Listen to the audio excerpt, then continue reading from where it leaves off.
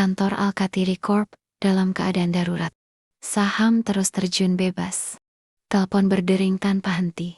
Karyawan berlarian, panik. Damien berdiri di tengah ruangan divisinya. Kemejanya digulung, dasinya hilang.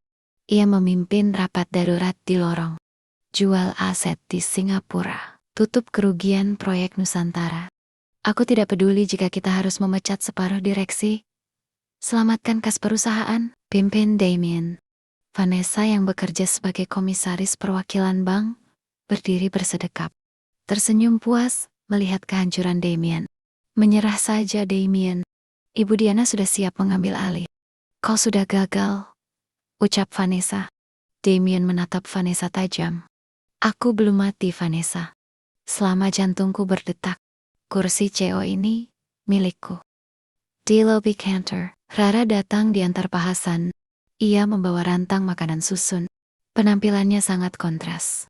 Wanita buta yang anggun dan tenang di tengah zona perang korporasi. Karyawan berbisik-bisik. Itu istrinya. Kasian ya, suaminya bangkrut. Dia malah buta. Rara berjalan pelan menggunakan tongkatnya.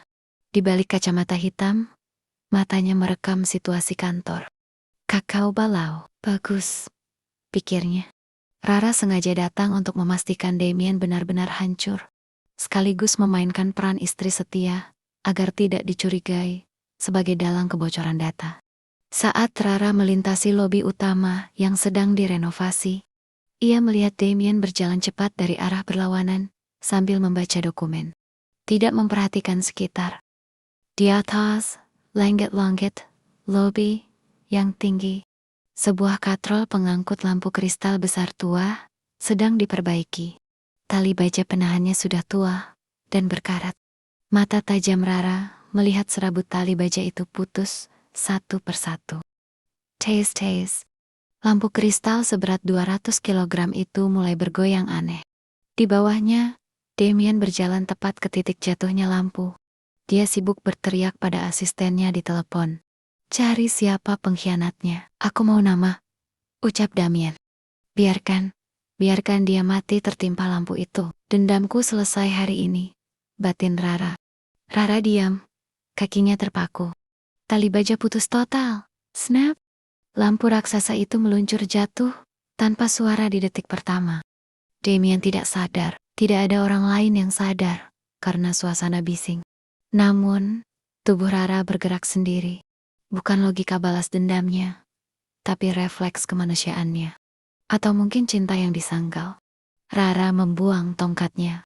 Ia berlari kencang. Terlalu lurus. Terlalu fokus untuk seorang buta. Damien awas. Teriak. Rara menerjang tubuh Damien. Mendorong pria itu sekuat tenaga ke samping. Lampu kristal itu menghantam lantai marmer, tepat di tempat Damien berdiri sepersekian detik yang lalu. Pecahan kaca dan kristal meledak seperti bom. Beterbangan ke segala arah. Debu putih mengepul tebal. Hening. Semua orang di lobi ternganga. Di lantai yang penuh pecahan kaca, Damien terbatuk-batuk. Iya, Salama. Hanya ada goresan kecil di pipinya. Ia menoleh ke samping. Rara tergeletak di sana. Lengannya berdarah tertusuk pecahan kristal besar.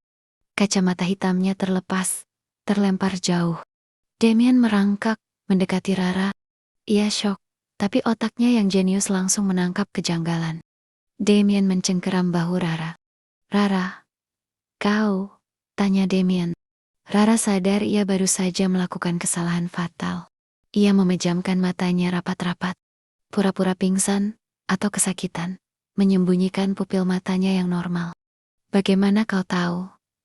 Lampu itu belum bersuara saat jatuh. Kau berlari lurus ke arahku. Kau melihatnya. Ia terdengar curiga. Sangat curiga. Tim medis kantor berlarian datang. Pak Damien. Hanya terluka. Damien menepis tangan medis. Matanya terkunci pada wajah Rara yang terpejam. Damien berbisik dingin. Buka matamu. Ruang kesehatan kantor. Rara duduk di ranjang periksa, lengannya sudah diperban. Ia kembali memakai kacamata hitam cadangan yang ada di tasnya. Damien berdiri di depan pintu, mengunci pintu itu. Hanya mereka berdua. Jelaskan. Sekarang, suruh Damian. Rara tahu ia harus berakting seumur hidupnya di momen ini. Ia mulai menangis, tubuhnya gemetar. Saya mendengar suara decitan, suara logam bergesekan di atas. Suaranya sangat nyaring, bagi telinga saya tuan, seperti jeritan. Suara decitan, Damian bingung, asterisk. Telinga orang buta, lebih sensitif. Saya mendengar krek, lalu desingan angin. Saya tidak tahu itu apa. Saya cuma takut. Saya berlari ke arah suara napas tuan. Saya cuma ingin memeluk tuan. Rara menangis histeris. Saya pikir kita akan mati. Kenapa tuan malah menuduh saya? Damian, penjelasan itu masuk akal secara medis. Hipersensitivitas audio pada tunanetra. Ditambah fakta Rara menyelamatkannya. Jika Rara jahat, kenapa menyelamatkannya? Damian menghela napas panjang. Ia merasa bersalah karena mencurigai penyelamatnya. Ia mendekat, lalu memeluk kepala Rara ke dadanya. Maaf, maafkan aku. Aku terlalu paranoid. Terima kasih, kau menyelamatkan nyawaku. Rara menangis di dada Damian. Hampir saja. Batin Rara. Jantungnya berdegup kencang karena takut ketahuan. Malam harinya, Rara sudah tidur di kamar. Damian duduk di ruang kerjanya yang gelap. Ia memutar ulang rekaman CCTV lobi kantor di layar monitor besarnya. Ia melihat momen itu berulang-ulang. Saat Rara membuang tongkatnya. Saat Rara berlari, cara Rara menumpuk kakinya, gerakannya terlalu presisi, terlalu yakin. Damian mengangkat telepon. Ia menghubungi detektif swasta kepercayaannya. Halo Roy, aku punya tugas baru. Targetnya siapa bos? Saingan bisnis lagi? Jawab Detektif Roy. Damian menatap layar monitor yang menampilkan wajah Rara di CCTV. Bukan, istriku. Cari tahu riwayat medisnya. Rumah sakit mana yang mendiagnosis kebutaannya? Siapa dokter matanya? Dan cari tahu, apakah dia pernah membeli lensa kontak warna hitam pekat? Ucap Damian. Damian mematikan telepon. Ia menatap foto pernikahannya di meja. Aku harap kau tidak berbohong, Rara.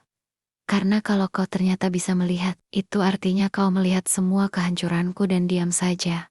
Batin Damian.